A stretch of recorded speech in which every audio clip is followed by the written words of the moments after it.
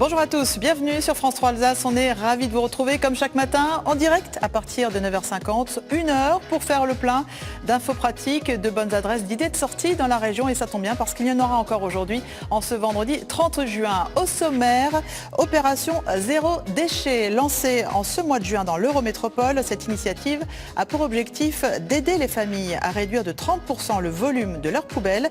Comment ça marche? Réponse dans un instant.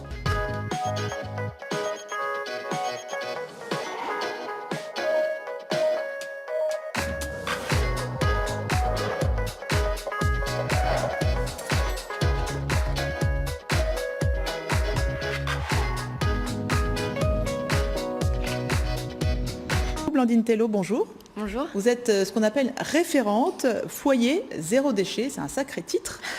Concrètement, ça veut dire quoi?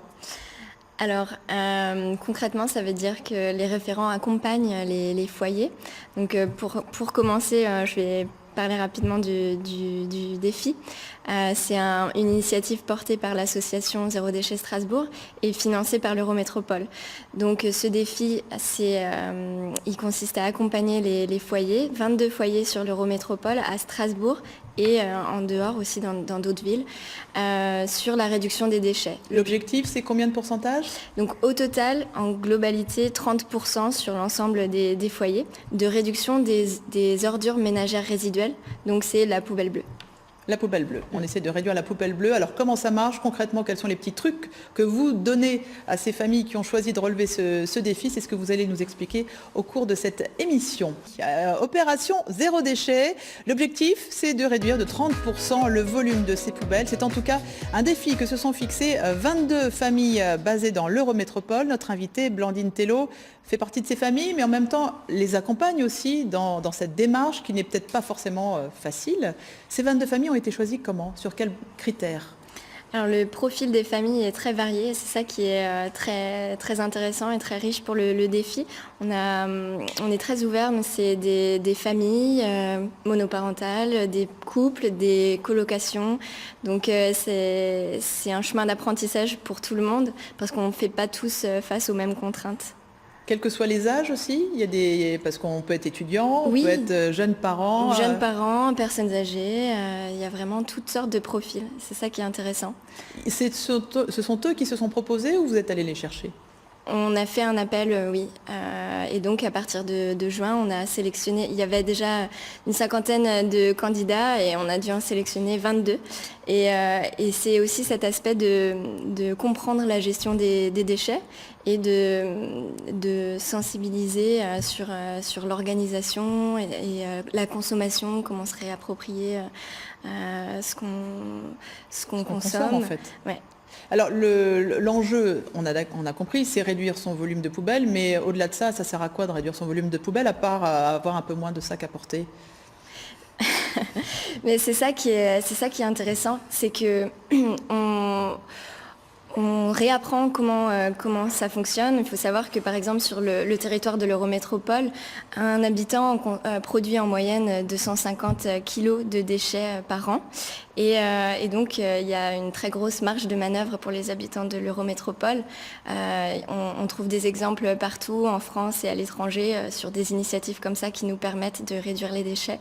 Et le pourquoi, c'est là que c'est important, c'est parce que on voit bien que les déchets, donc ils ont un impact important sur l'environnement et donc la santé. Et c'est aussi un investissement pour les collectivités et on peut voir qu'on peut faire autrement ensemble. C'est un impact sur la facture en fait. C'est ça. Aussi. Alors concrètement, comment est-ce qu'on peut jouer sur ce volume de déchets? Ça commence par quoi? On commence par plein de choses. En fait, on commence par où on veut et c'est ça qui est bien. Donc, il y a des petits gestes simples qu'on peut chacun utiliser qui commencent par soit on peut faire soi-même. On apprend à faire des choses comme des éponges avec des tissus de récupération. Celle-là, je l'ai fait moi-même et ça, c'est mon éponge de compétition.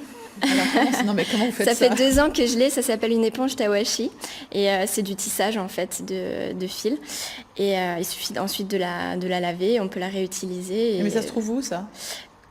On peut soit la faire soi-même ou l'acheter dans des magasins, donc c'est ça aussi, il y a beaucoup d'épiceries ou de magasins pour promouvoir le zéro déchet qui vendent des outils.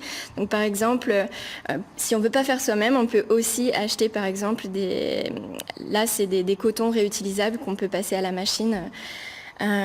Aussi récupération, réutilisation, donc les bocaux, plutôt que de les jeter, on les réutilise et on met nos produits dedans.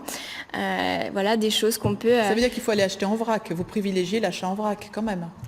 Voilà, c'est une possibilité pour réduire les emballages. Donc ça, c'est un autre aspect de la poubelle. Notre poubelle, elle est constituée d'un tiers de déchets qu'on peut déjà composter. Et une autre partie, ça va être beaucoup les emballages. Donc pour éviter ça, on peut emporter des sacs nous-mêmes plutôt que d'avoir à acheter des sacs en plastique. Et on met les produits directement dedans pour faire ses courses au marché, même au supermarché maintenant, ça s'adapte. Et beaucoup d'épiceries vrac qui se développe aussi en France et à Strasbourg, on en a déjà 2, Day by Day et le bocal à la Cruteno. Et donc il y a beaucoup de possibilités. Voilà, pour les gens qui veulent se tenter dans l'aventure du faire soi-même, on peut aussi faire nos propres produits plutôt que de les acheter. Donc on peut. Là c'est cosmétique plutôt. Voilà, ouais. Ça c'est du dentifrice et on réutilise même des produits. Le contenant vous le réutilisez également. Exactement. Et le dentifrice vous l'avez fait à base de quoi? C'est de l'argile verte, bicarbonate de soude et d'huile essentielle de menthe poivrée. Mais ça demande quand même un temps plein, non, pour faire tout ça? Non? Pas du tout. En fait, c'est ça qui est intéressant, c'est que c'est assez accessible à tous. On peut soit faire soi-même, ou alors profiter des produits qui sont vendus en épicerie vrac, comme on peut voir... si on l'a vu. Oui. Et donc il y a plusieurs possibilités et c'est adapté à toutes sortes de profils. C'est à la portée de tous. Quand on est jeune parent, qu'on a des enfants, qui dit enfant, on dit couche, alors évidemment vous voyez venir, les couches c'est facile de les mettre à la poubelle. Vous nous faites la promotion des couches lavables, j'imagine.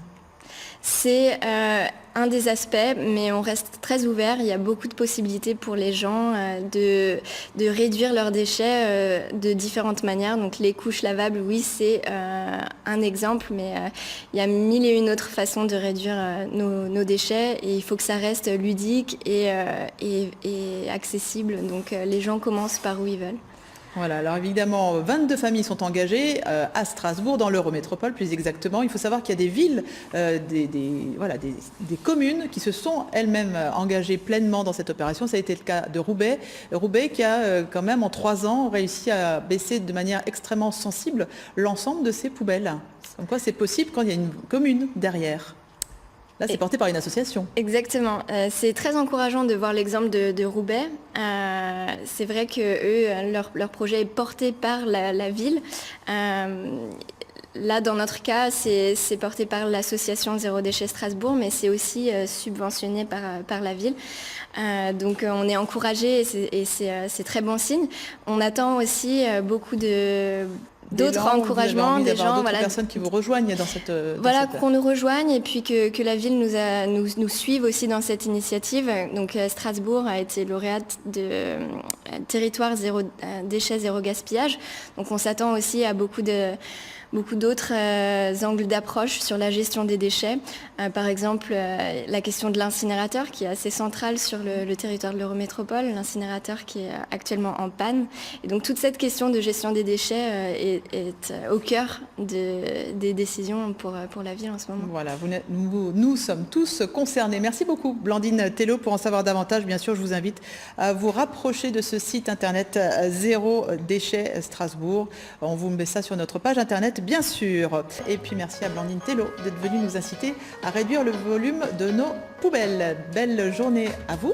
Je vous souhaite un excellent week-end. Lundi matin à 9h50, c'est Caroline Moreau que vous retrouverez ici même. Une très belle journée, très bon week-end à vous sur France 3 Alsace.